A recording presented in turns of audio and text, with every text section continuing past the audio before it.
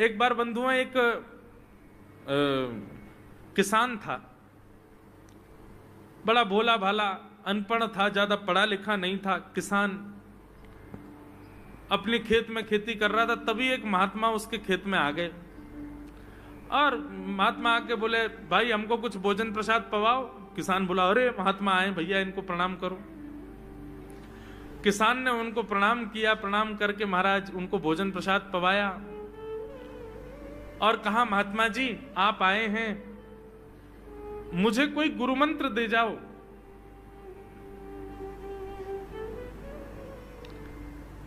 महात्मा जी ने सुंदर गुरु मंत्र दिया, द्वादशाक्षर मंत्र दिया। बोले ये तो बहुत कठिन है, इतना कठिन नहीं, सरल सा दो। अष्टाक्षर मंत्र दे दिया। बोले ये भी कठिन है, कोई और सरल दे दो। महात्मा बोले कुछ नहीं, तुम इतना कृष्ण चंद्र बोल दिया करो बस। कृष्ण चंद्र बोले, हाँ इसी का नाम, जब यही तुम्हारा गुरु मंत्र है। इतना भोला बेचारा याद करने लगा, उसको याद ही नहीं होवे कृष्ण चंद्र कृष्ण चंद्र कृष्ण चंद्र। अब भूल ना जाऊं इसके लिए बोलता रहता था 24 घंटे, कृष्ण चंद्र कृष्ण चंद्र कृष्ण चंद्र। अपने खेत में हल जोत रहा था, कृष्ण चंद्र बोल रहा था। इतने में उसकी पत्नी आ गई, अरे सुनो तुम्हारे लिए भोजन लाई हूं, जल्दी कर लो। बोले कृष्ण चंद्र कृष्ण चंद्र कृष्ण चंद्र। पत्नी पीछे लग गई, पीछे, भोजन तो कर लो, रोटी तो खा लो, ठंडी हो जाएगी। बोले अरे तू पीछे मत पड़, मैं भूल जाऊंगा, गुरुजी ने मंत्र दिया मुझको। पत्नी बोली, अच्छा एक काम करो, आप भोजन कर आओ, तब तक आपके नाम को मैं रट लेती हूं, मैं उसको संभाल लूंगी, पर जैसे ही आप आओगे फिर आपको सुना दूंगी, आप कर लेना। वो ठीक है। बोले क्या बोलना है? बोले कृष्ण चंद्र। पत्नी बोली ठीक है। अब कृष्ण चंद्र बोलने लगी पत्नी, कभी कहीं जाए कभी कहीं जाए, कुछ करे। वो कृष्ण चंद्र बोलते बोलते घसीटे चंद्र हो गया। लौट करके अपने पति के पास, पति बोल, हाँ वो मैं भोजन कर लिया, जल्दी गुरु मंत्र सुना दे मुझको, क्या था मैं तो भूल गया। बोले घसीटे चंद्र। वो उसी से ही हल जोतने लगा, घसीटे चंद्र घसीटे चंद्र घसीटे चंद्र। आकाश में वैकुंठ में बैठे हुए वैकुंठनाथ भगवान प्रसन्न हो गए और प्रसन्न होकर के बोले, लक्ष्मी जी हम जा रहे हैं। बोले कहां? बोले एक किसान का उद्धार करने जा रहे हैं, उसको वैकुंठ लेके आएंगे। लक्ष्मी जी बोली, आपका अशुद्ध नाम बोल रहा है वो, आपका अशुद्ध नाम उच्चारित कर रहा है वो, और आप कह रहे हो कि इसका कल्याण करूंगा मैं।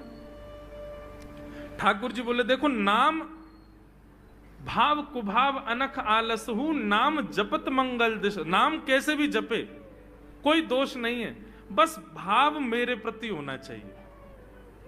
वो नाम भले ही गलत जप रहा है, लेकिन उसके हृदय में तो मैं ही हूं ना। और एक बात बताऊं लक्ष्मी जी आपको। बोले क्या? बोले ये घसीटे चंद्र अशुद्ध नहीं है, मेरा नाम है ये भी।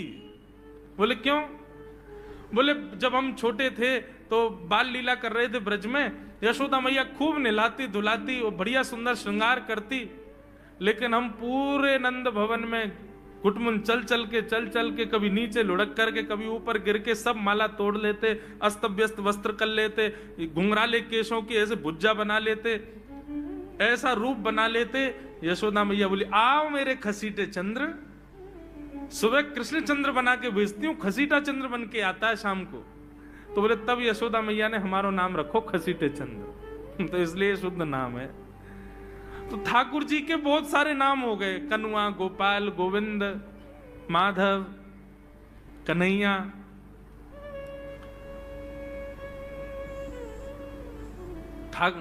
यशोदा जी का प्रिय नाम है कन्हैया। मैया लाल जी को इसी नाम से पुकारती है। ठाकुर जी अब धीरे धीरे 3.5 वर्ष के हो गए, और जैसे ही 3.5 वर्ष के भय महाराज, मानो जैसे उनके शरीर में स्प्रिंग एक्टिवेट हो गई हो। इतना ऊधम मचाते हैं, इतना ऊधम मचाते हैं, पूरी गोकुल की नाक में दम कर रखा ठाकुर जी ने। यशोदा मैया ने लाल जी को नूपुर पहना रखे। सवेरे जैसे ही ठाकुर जी उठते हैं, नूपुरों की आवाज आती है तो यशोदा मैया तुरंत रसोई घर से दौड़ के जाती है लाला के पास। लेकिन ठाकुर जी इतने चतुर हैं, यमुना तट पर जाते हैं और नूपुरों में बालू भर लाते हैं कि कल नूपुर आवाज नहीं करेंगे, सुबह उठ के हम घर से भाग जाएंगे कहीं और, मैया को पता ही ना चलेगी। ऐसा उदम मचा में। श्री सुखदेव जी वर्णन कर रहे हैं, श्रृंग्यग्निडम शशि जल द्विज कंटकेभ्य क्रीड़ा परावति चलौ स्वसुतौ निषेधुम गुह्यानि कर्तुमपि यत्र न तज्जनयो गुह्यान् सेकात आपतुरलं मनसो नवस्थान। सुखदेव जी वर्णन कर रहे हैं, राजन अब ठाकुर जी वो लीला कर रहे हैं जिस लीला पर देवताओं को भी विश्वास नहीं हो रहा है।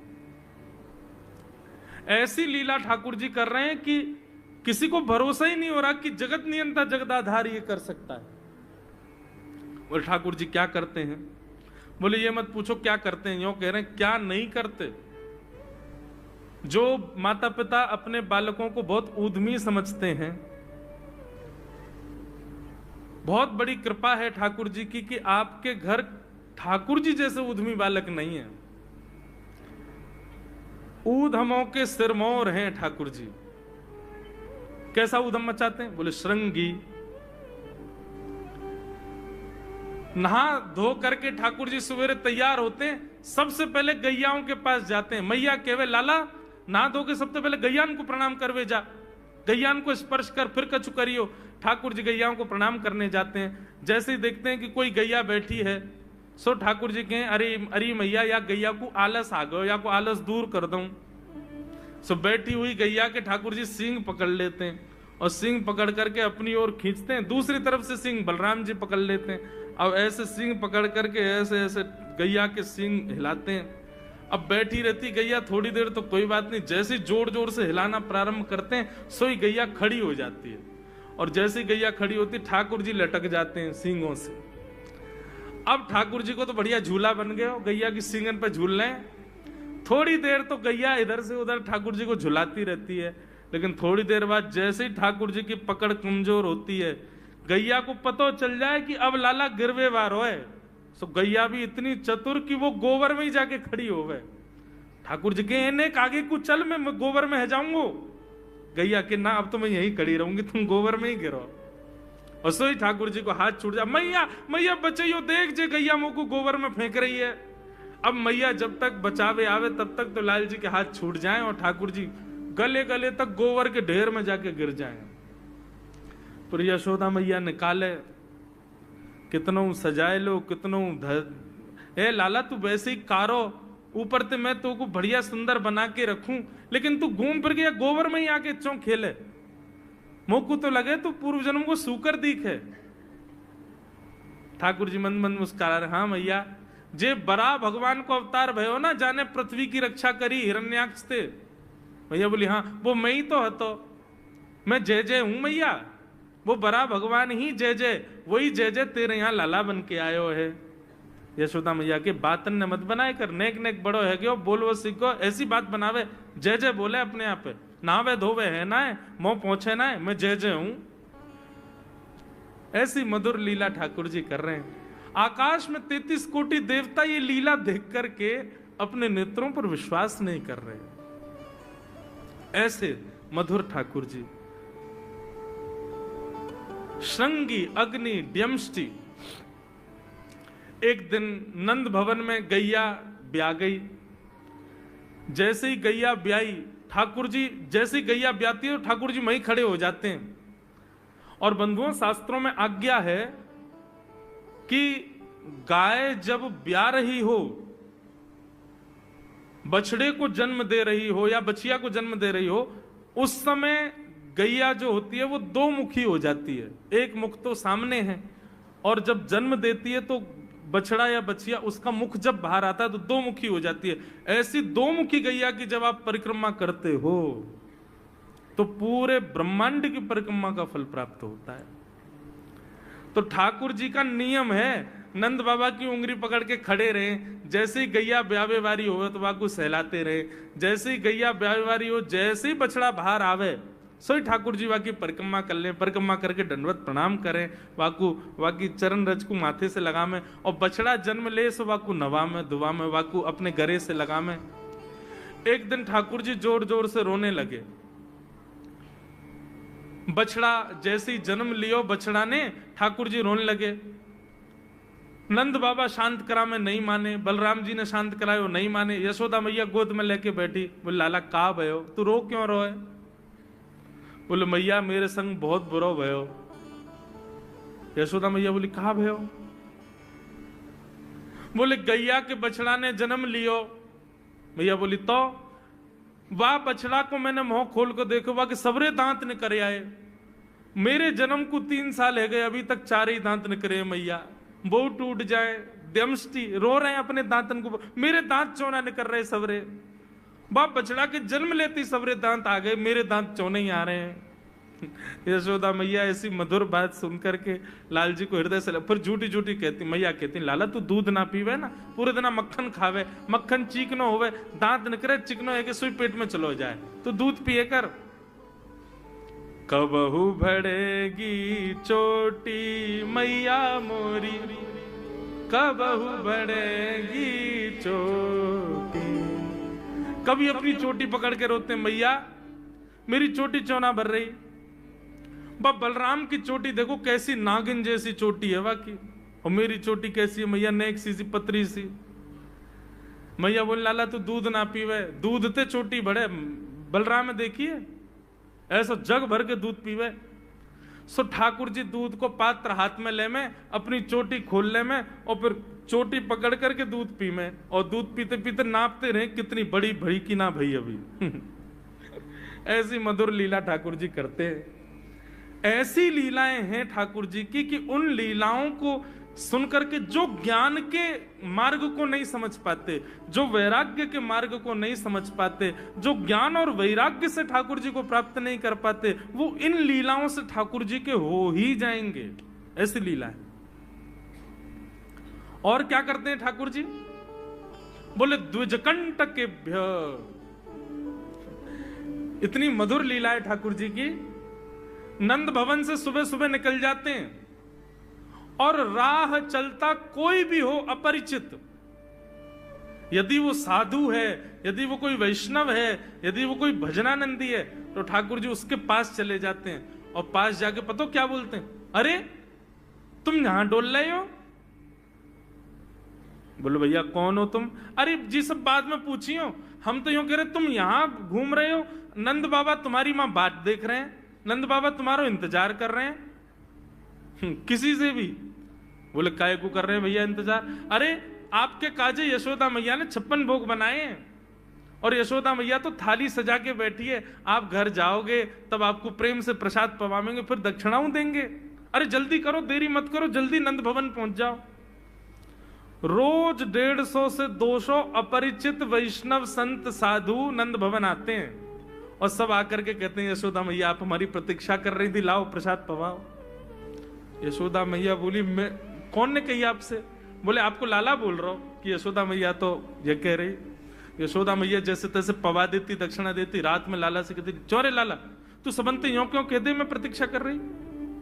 मैया एक तो मैं अपने घर में सब तीर्थन को भेज दूं, ये संत महात्मा चलते फिरते तीर्थ है मैया, इनको जितना हो सके अपने घर बुलाना चाहिए, इनको प्रसाद पवाना चाहिए, या हमारे गोकुल में आवे वाले सब संतन को खोज खोज के मैं तो तेरे पास भेजूं, ताकि तू ने रसोई घर में लगेगी, भोजन प्रसादी बनावेगी और बढ़िया संतन को पवावेगी, तो तेरे घर में सबरे तीर्थ आ जाएंगे मैया।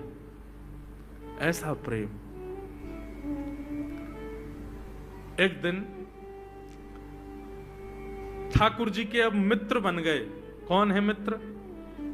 मधुमंगल, श्रीदामा, तन सुखा, मन सुखा, धन सुखा, सुबल, ये ठाकुर जी के मित्र हैं। एक दिन ठाकुर जी अपने सब मित्रन के संग बैठे, और मित्रों के संग बैठे हुए ठाकुर जी बोले भैया कल से हम लोग सब यज्ञ करेंगे। मधुमंगल, श्रीदामा बोले क्यों लाला यज्ञ क्यों करेंगे?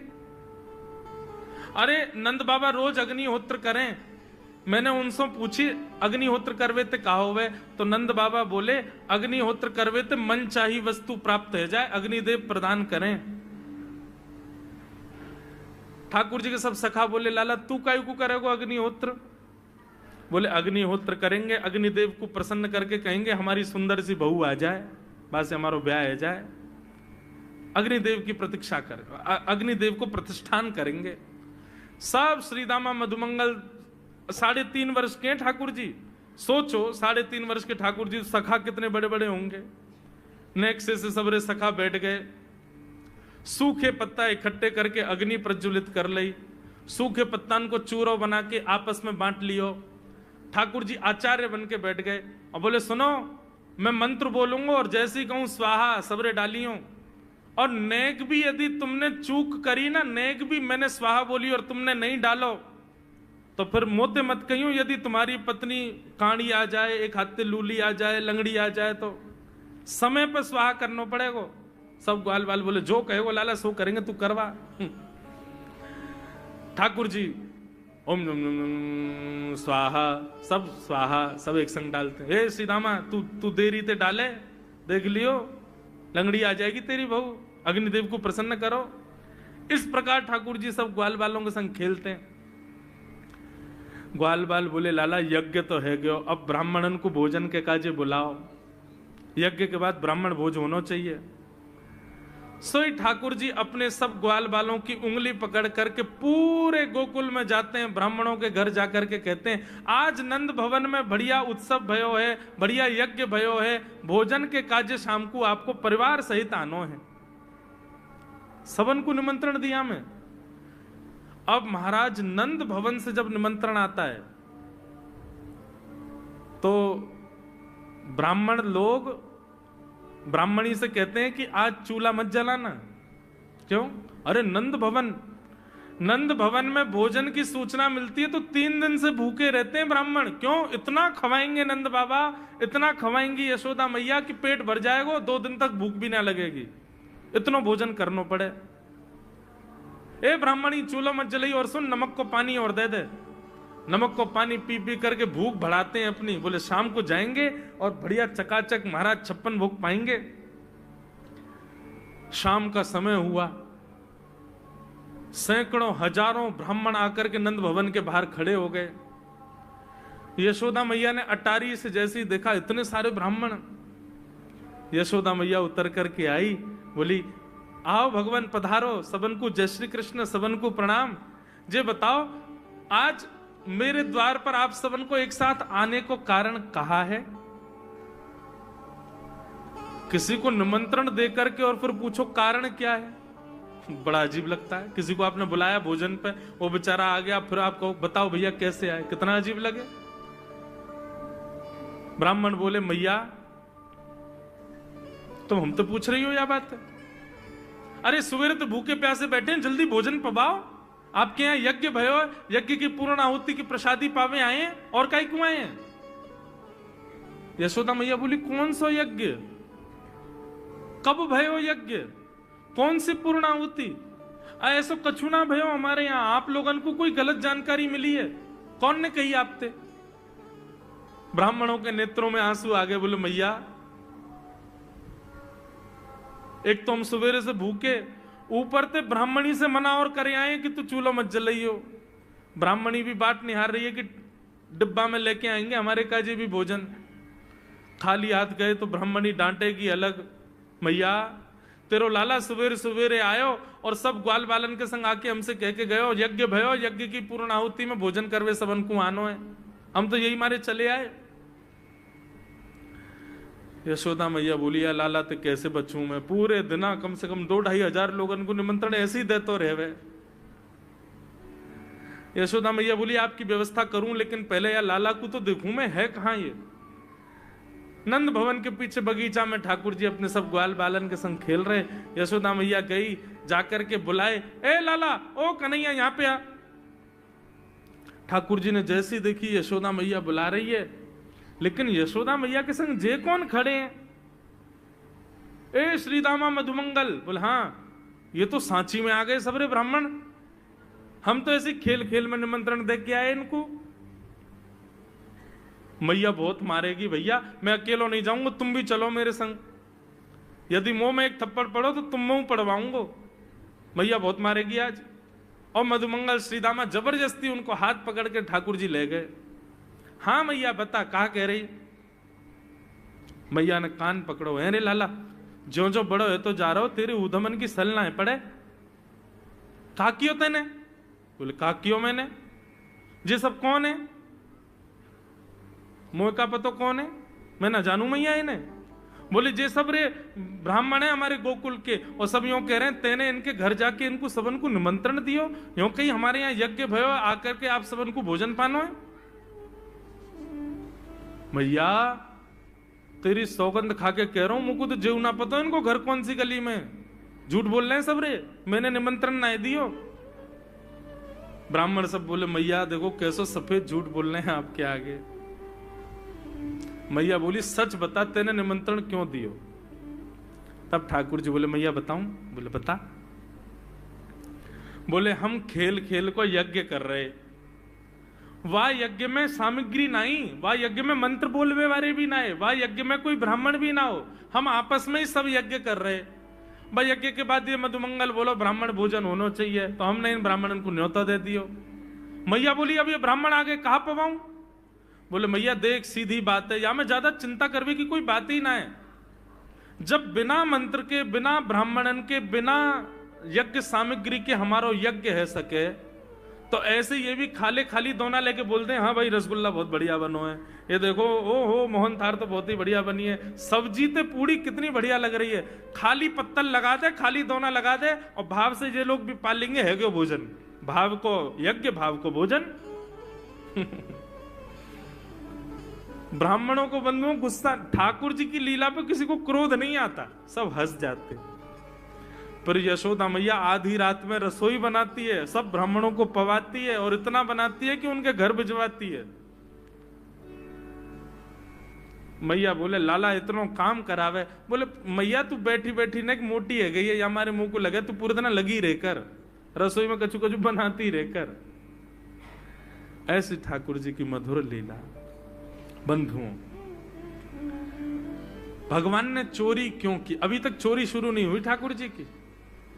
अब ये चोरी का प्रसंग कैसे प्रारंभ होता है? एक दिन ठाकुर जी अपने ग्वाल वालों के संग खेल रहे थे, तो ठाकुर जी ने ऐसे खेल खेल में श्रीदामा को धक्का दिया, श्रीदामा गिर गया, बहुत जोर से रोया। ठाकुर जी बोले अरे भैया शांत है जा, लग गई, अरे ठीक है अब शांत है जा, लेकिन श्रीदामा शांत नहीं हुआ। ठाकुर जी बोले तुम कैसे हो? गोकुल में रह में हम, गोकुल को मतलब है जहां हर घर में 1000 गैया, उसका नाम है गोकुल। इतनी गैयान को दूध घी दही सब हमारे घर में होवे, अरे खा पी के ने बढ़िया अपनी शरीर को बनाओ, खेल खेल में लगती रहे, इतनो रोवे को कहा मतलब है? तो श्रीदामा क्रोध में भर के बोला तू तो राजा को बेटा है लाला, तो को मक्खन खावे को मिले, घी खावे को मिले, दही पीवे को मिले, हम लोग तो बेचारे गरीब ब्रजवासी हैं, हम लोग जितनो दूध घी दही बना में सब कंस के लोग ले जामे हमारे यहां से। कंस ने ब्रजवासीन के ऊपर कर लगा रखो है, टैक्स लगा रखो है, कहा कि प्रत्येक ब्रजवासी को इतनो मटका भर के घी दूध दही सब मथुरा भेजना पड़े, हम लोग घर में ना रख सकें, क्योंकि कंस के सिपाही जब आके हमारे घर की तलाशी करें, यदि इतने मटका हमारे घर को प्रसारित हैं, वहां से ज्यादा यदि हमारे घर में मिल गए तो मृत्यु दंड होगा हमारो। समझ रहे हैं बात?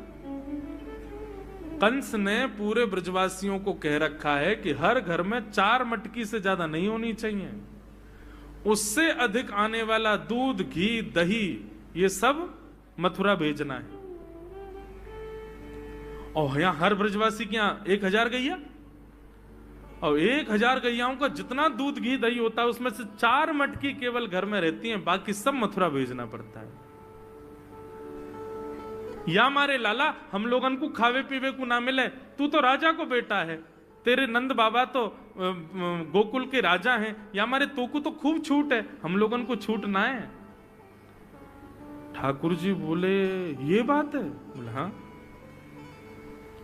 ठाकुर जी बोले मेहनत करें हम, गैया को पाले हम, गैया को घास खवामें हम, गैया की सेवा करें हम, और दूध पीवे को वो राक्षस कंस।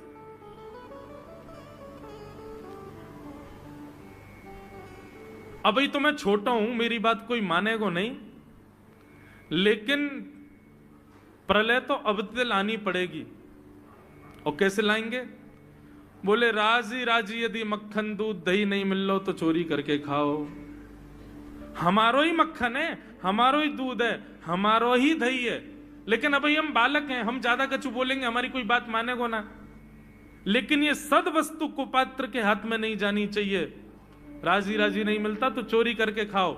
जब कर देवे को नंबर आवेगो तो सब पूछेंगे भाई कहां गए हो मक्खन दूध दही? बोले घर में तो है ना। बोले तो कहां गए? बोले चोर चोरी कर ले गए। और यही भाव से हम ब्रजवासी को खावे पीवे को मिला करेगो। मधुमंगल सीताराम बोले लाला तू जो कहेगो सो करेंगे, लेकिन चोरी नहीं करेंगे। ठाकुर जी बोले तो ठीक है, कल से तुम लोग अलग खेलो, मैं और दाऊ दादा अलग खेलेंगे, हमारे संग मत खेलना। मधुमंगल सीताराम बोले अरे लाला तू ना जाने, मैया यो के लाला जो चाहे करियो, चोरी मत करियो, चोरी करवे तो ब्याह ना होवे। ठाकुर जी बोले ब्याह की पड़ रही है तो है ब्याह ना होवे। ऐसो पत्र पूछ रहा सो है गयो, पत्रो दुबरो सो तू सीख जैसो है गयो, तो कौन ब्याह करेगा ऐसे? अरे ब्याह करना तो ने खाया ने पी ने बढ़िया गाल तेरे बढ़िया होंगे, शरीर ने बढ़िया होगा तभी तो ब्याह होएगा। अब भैया हमारी बात सुन लो, जितने अच्छे काम करने सब आज कर लो, कल से चोरी करेंगे, पूरे ब्रजमंडल में आतंक मचाएंगे, हमारो ही दूध घी दही है और हम ही चोरी करके खाएंगे। ठाकुर जी ने चोरी क्यों की?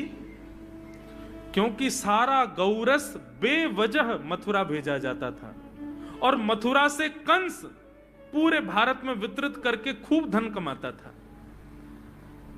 इस वजह से ब्रजवासी प्रताड़ित होते थे, क्योंकि गैया के लालन पालन में जितना खर्चा होगा सब करो ब्रजवासी। 4 मटका दही। अच्छा, प्राचीन जब ठाकुर जी पृथ्वी पर पधारे तब कोई व्यापार नहीं था, ब्रजवासियों पर एक ही व्यापार था, 2 व्यापार थे, या तो घी बेच के, दही बेच के, दूध बेच के धन कमाओ, या फिर खेती बाड़ी करके अनाज बेच करके धन कमाओ। वही तो व्यापार था। उसमें भी 4 मटके मिलते थे, 4 में से 3 को तो बेच देते थे, 1 में पूरा घर चलता था। यह हालत थी ब्रज की। इसलिए ठाकुर जी ने कहा कि भैया राजी राजी नहीं तो गैर राजी, हम जितने बाकी की मटकी मथुरा भेजे वाली उनको सबन को तोड़ फोड़ करेंगे, उनमें से मक्खन निकाल निकाल के खाएंगे, एक दूसरे को खवाएंगे और सब यहीं रहेगो, मथुरा नहीं जाएगो कछु भी। इसलिए ठाकुर जी ने चोरी की।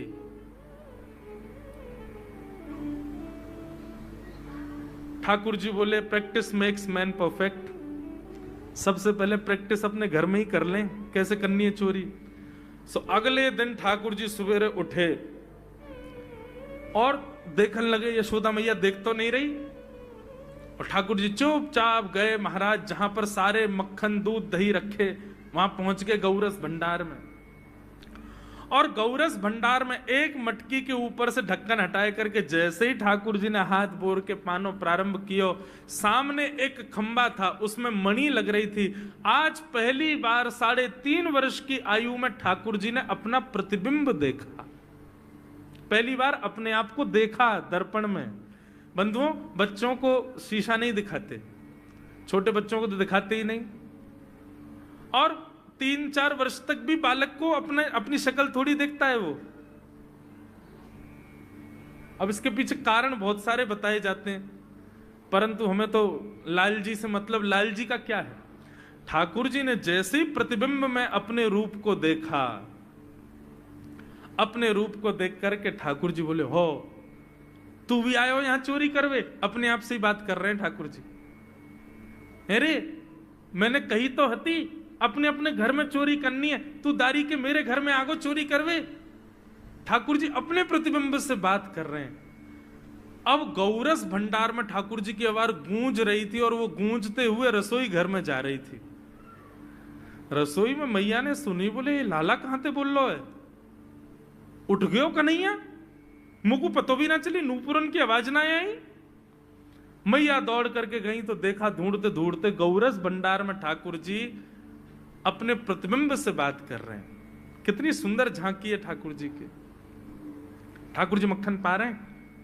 बोले अच्छा, अब आ तो गए हो यहाँ पे, लेकिन सुन, चुपचाप चोरी करके भाग जाइयो, मेरी मैया बहुत मारेगी तो को। बाकू यदि पतो चल गई तू चोरी कर रहा है तो को उखलते मान देगी, मेरी मैया बहुत मारेगी, चुपचाप चोरी कर और निकल ले यहाँ से। ठाकुर जी चोरी की बात कर रहे थे, यशोदा मैया ने पीछे से सुनी, लाला ओ कन्हैया। ठाकुर जी घबरा गए, मैया कैसे आ गई? हाँ मैया, कौन से बात कर रहे हो तू? अरे मैया देख, हमारे घर में चोर घुसायो है। अपने प्रतिबिंब को दिखा करके ठाकुर जी कह रहे हैं, देख मैया हमारे घर में चोर घुसायो, जे चोरी कर रहे हो हमारे यहाँ के मक्खन की, तो मैया को पकड़वे आयो हूं। नन्हे से गोपाल जी, बहुत मधुर लीला। मैया हंस भी रही है और क्रोध भी कर रही। बोले अच्छा, जो चोरी कर रहे हो? बोले हाँ। चल याकू तो मैं पकड़ लूंगी, लेकिन जे बता तेरे हाथ में मक्खन कैसे लगो? तू तो याकू पकड़ भी आयो ना।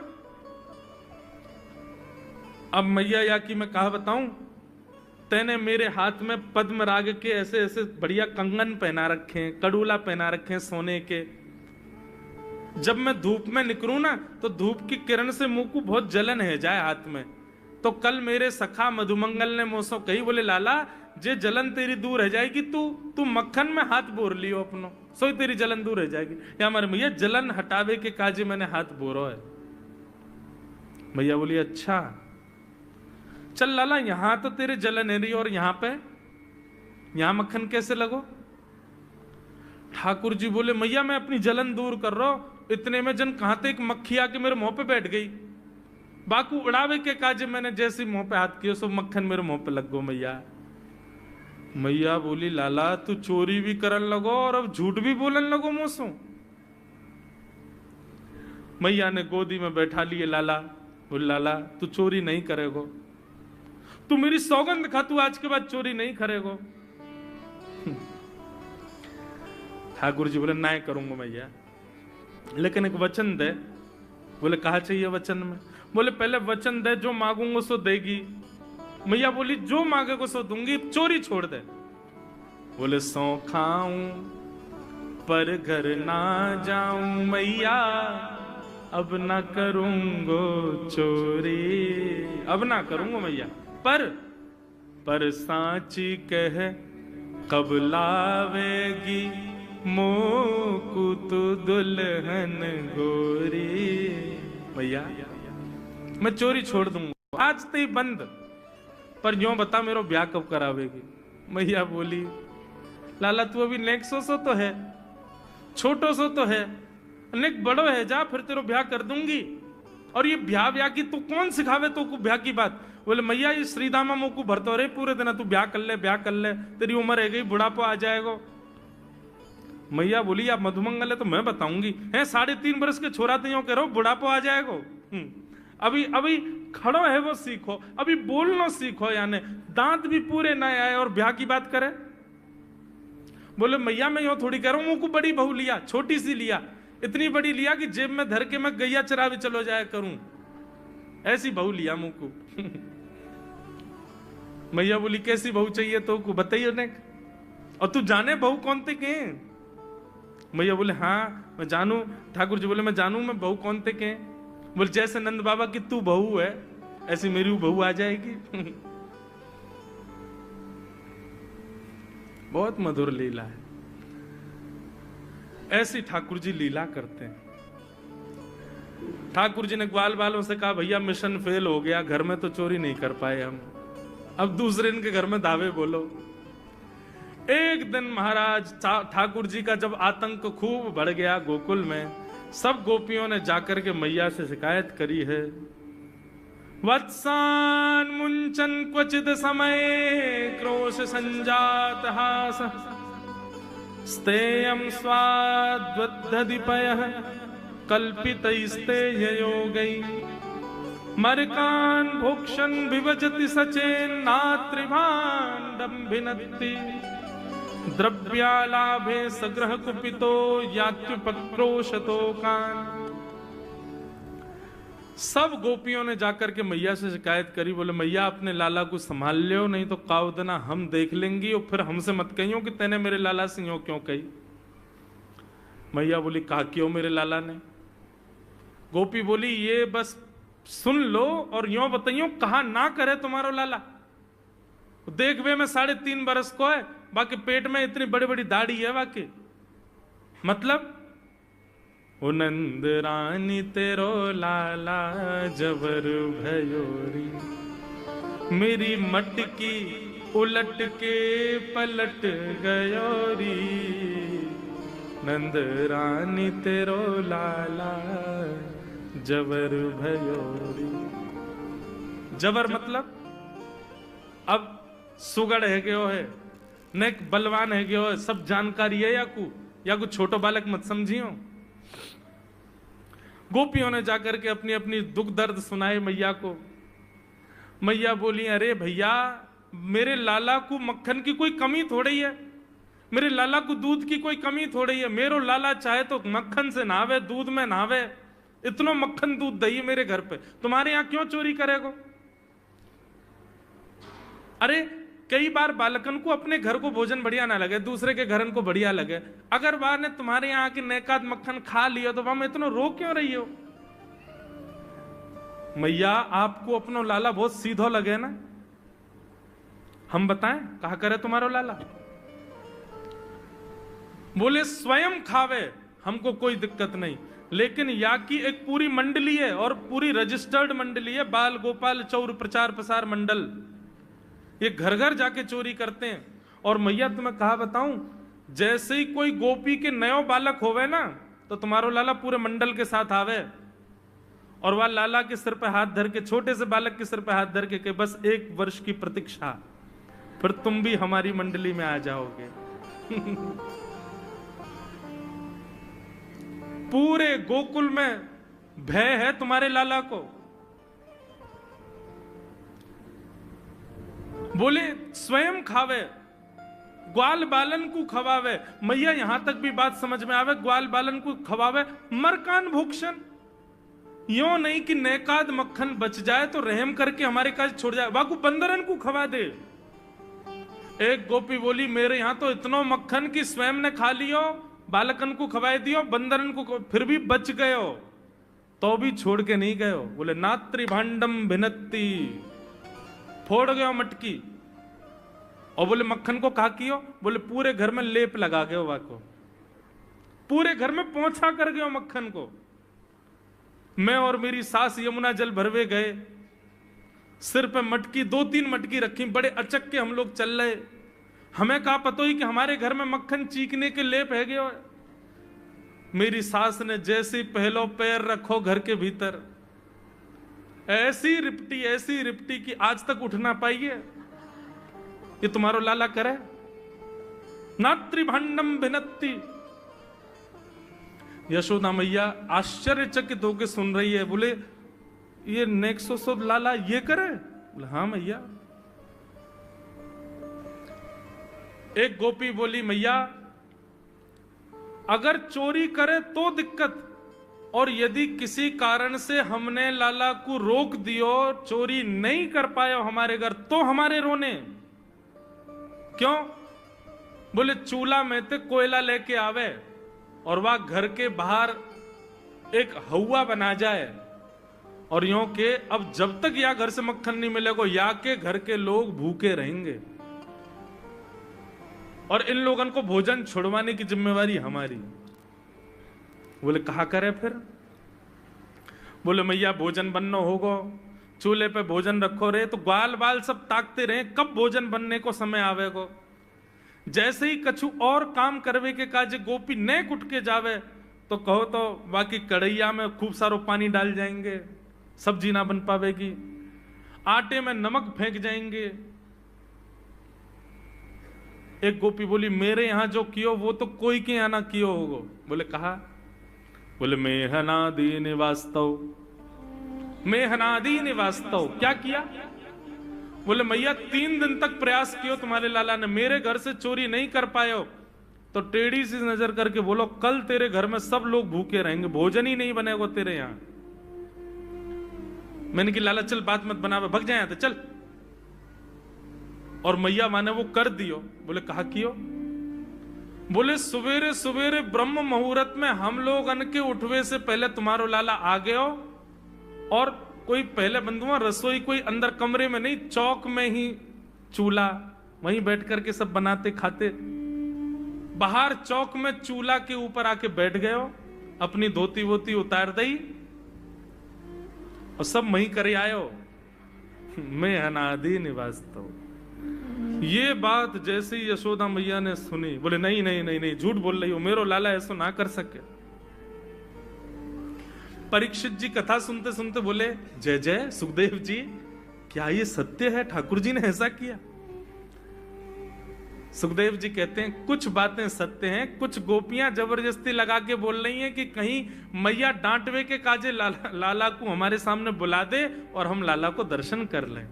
ये गोपियां उल्हाने लेकर के लाला को देखने आई हैं। इनमें से कुछ बातें तो सत्य हैं, पर ये सब बातें इतनी सत्य नहीं है। ये सब तो जबरदस्ती गोपियां बोल रही हैं। क्यों? ताकि मैया नाराज हो जाए और लाला को हमारे सामने अभी डांटे तो रूठे भय लाला को मुख हम देख लेंगे। बहुत सारी लीलाएं हैं, मैंने कई तो अभी बताई नहीं है। इतने मधुर मधुर लीला ऊधम करते हैं ठाकुर जी। इस प्रकार ठाकुर जी पूरे ब्रजमंडल में गौ रस को चोरी करते हैं। वास्तव में मक्खन नहीं, ब्रजवासियों के मन को चुरा रहे हैं ठाकुर जी। सबकी एक ही आशा है, श्री कृष्ण श्री कृष्ण श्री कृष्ण। सुबह से शाम तक पूरा ब्रजमंडल केवल कृष्ण को देखने के लिए जीता है। ऐसी ठाकुर जी की मधुर लीला।